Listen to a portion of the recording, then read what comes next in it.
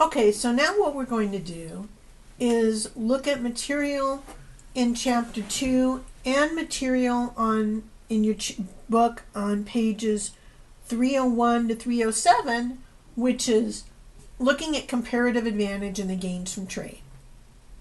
Basically, this is the theory of why there's trade, and what we'll see is if there's two potential traders, as long as those two potential traders have different opportunity cost in production, they will gain if they specialize in the good for which, in production for the good for which they have the lower opportunity cost of production, and then trade. So we're going to explain this by looking at an example. Let's say there's two farms. There's no input specialization within a farm, but there's input specialization between the farms, and each farm has 24 acres. The technological requirements are that for Aaron, the acres to make 1 pound of rice are 6, and the acres to make 1 pound of chicken are 4. And for Betty, the acres to make 1 pound of rice are 3, and the acres to make 1 pound of chicken are 8. So the first thing we're going to do is look at Aaron's production possibility frontier. His production possibility frontier says that he can produce a maximum of 6 pounds of chicken because it takes him 4 acres to make 1 pound of chicken, and 24 divided by 4 is 6. And then he can produce a maximum of 4 pounds of rice because 24 divided by 6 is 4. Now, he can produce anywhere on that line. Suppose there's no trade. If there's no trade, then Aaron chooses a point on his production possibility frontier to produce at, and that's the same point he'll consume at. So I'm going to assume that he chooses point A, which means he produces and therefore consumes 2 pounds of rice and 3 pounds of chicken with no trade. We can look at his opportunity cost of rice. His opportunity cost of rice is 1.5 pounds chicken, which means if he's going to produce 1 pound of rice, he is giving up producing 1.5 pounds chicken. I got that from if he's producing a total of 6 chickens and now he wants to produce 4 pounds of rice, he would give up 6 pounds of chicken in order to get 4 pounds of rice. That's where we're getting that 1.5. Okay. Similarly, we can get his opportunity cost of chicken, which is 2/3 pounds rice, which says that if instead he's going to produce a pound of chicken, those resources instead would have produced 2/3 pounds rice. Okay. Now let's look at Betty's production possibility frontier. Okay. She can produce 24 divided by 8 equals 3 pounds of chicken, and a maximum of 8 pounds of rice, which is 24 divided by 3. Again, her production possibility frontier is a straight line because there's no input specialization. She can produce anywhere on that line. If there's no trade, then her point of production and consumption is the same, and I'm going to assert that she decides to produce at point B. So she'll be producing and consuming 4 pounds of rice and 1.5 pounds of chicken. Her opportunity cost of producing rice is 3/8 pounds of chicken, which means if she produces a pound of rice, she's giving up producing 3/8 of a pound of chicken. And if she decides to produce a pound of chicken, she's giving up 2 2/3 pounds of rice. Those are her opportunity costs of production. Okay. Now, without trade, notice the total amount of rice produced is 6 pounds and the total amount of chicken produced is 4.5 pounds. Okay? All I did was add up the total amount produced by both producers. Now open up trade. Each producer should specialize in the production of the good for which he or she has the lower opportunity cost of production, or for which he has a comparative advantage. So because Aaron's opportunity cost of producing chicken is 1.5, which is less than Betty's opportunity cost of 2 2/3, we say that Aaron has the lower opportunity cost of producing chicken, or Aaron has the comparative advantage in producing chicken. Similarly, Betty's opportunity cost of producing rice is lower than Aaron's, so she has the comparative advantage in producing rice. Each producer will specialize in the production of the good for which they have the comparative advantage, and in fact they will each perfectly specialize, which means they produce one good. So Aaron is going to only produce chicken, and he's going to produce 6 pounds and no rice. And Betty specializes in producing rice. She'll produce 8 pounds and no chicken. The total amount of chicken now produced with trade is 6 pounds, and the total amount of rice is 8 pounds. Notice more of both goods are now being produced when you have specialization, and the producer that has the lower opportunity cost of producing chicken produces all the chicken, and the producer that has the lower opportunity cost of producing rice produces all the rice. Now, because there's more of both goods being produced, each one of our potential traders is going to be able to consume more of both goods by trading than not. So let's look at Aaron's production possibility frontier and his gains from trade. Without trade, Aaron produced and consumed at point A. With trade, he's now producing at point C. Now let's say he negotiates prices with Betty, and the prices here are in terms of rice for chicken or chicken for rice. There's no money prices here. Suppose that the prices negotiated is 1 pound of chicken for 1.5 pounds rice. That means that Aaron can produce anywhere along that trade line, which has a slope of 2/3, and goes through his production point. I'm going to assert that he's going to consume 3 pounds of rice and 4 pounds of chicken. That means he produced 6 pounds of rice and he sold 2. He eats 3 pounds of rice and he didn't make any, so he bought 3 pounds of rice. Notice he's capable with these prices of consuming more of both goods with trade than without. D has more of both goods than point A. Okay. Now let's look at Betty. Betty now produces at point E. Without trade, she produced at point B. So she was producing and consuming at 4 and 1.5.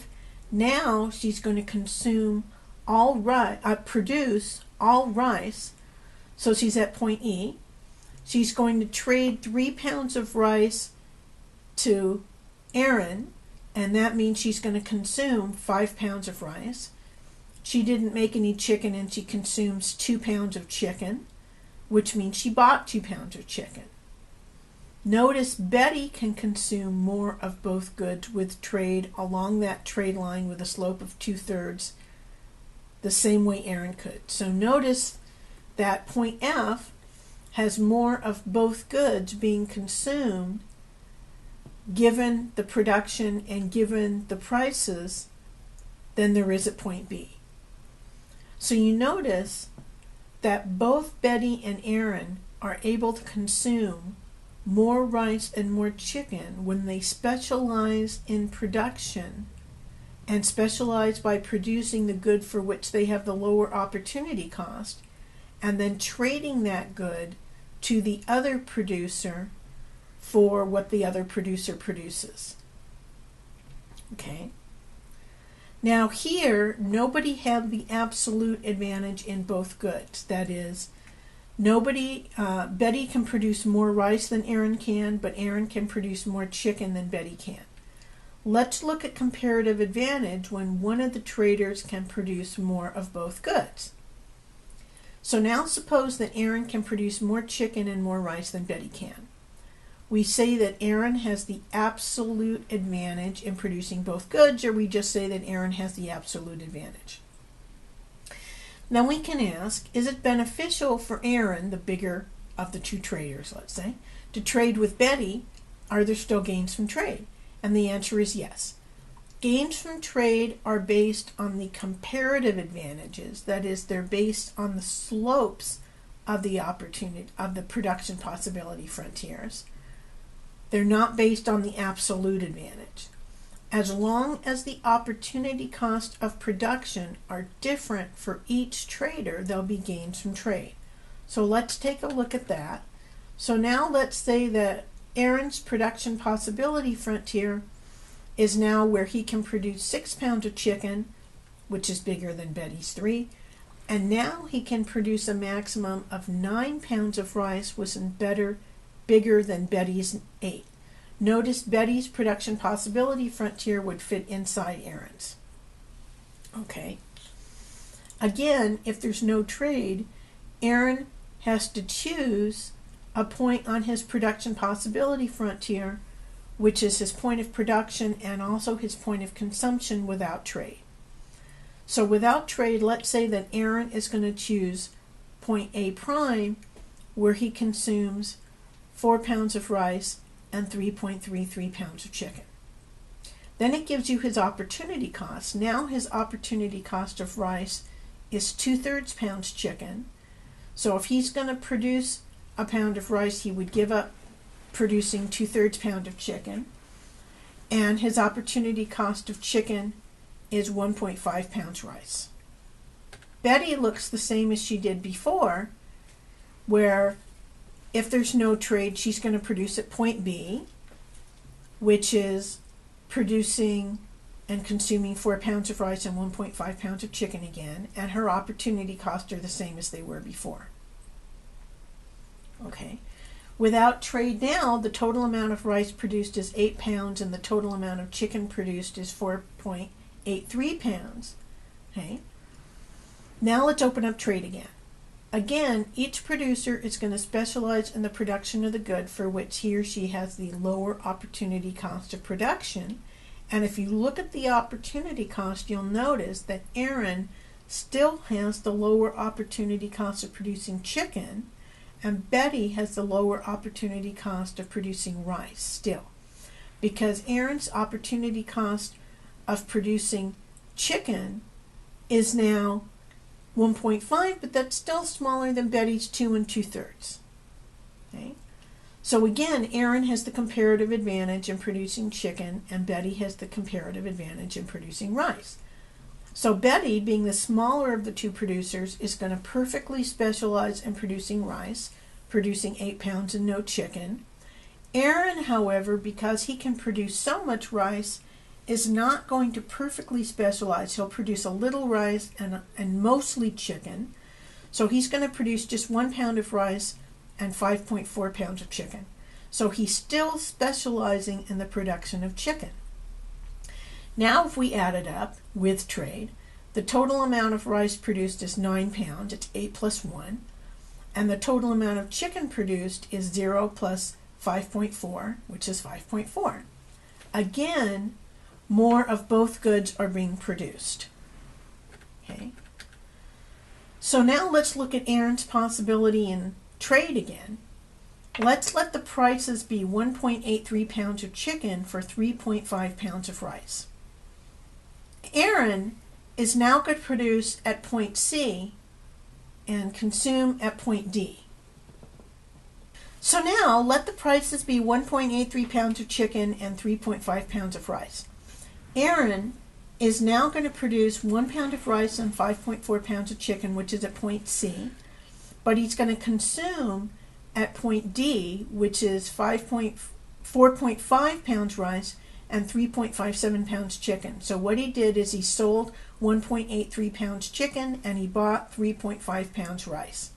Notice again that he's consuming more of both goods by trading, even though he's producing a little bit of rice, but by producing mainly chicken and selling the chicken to Betty for rice.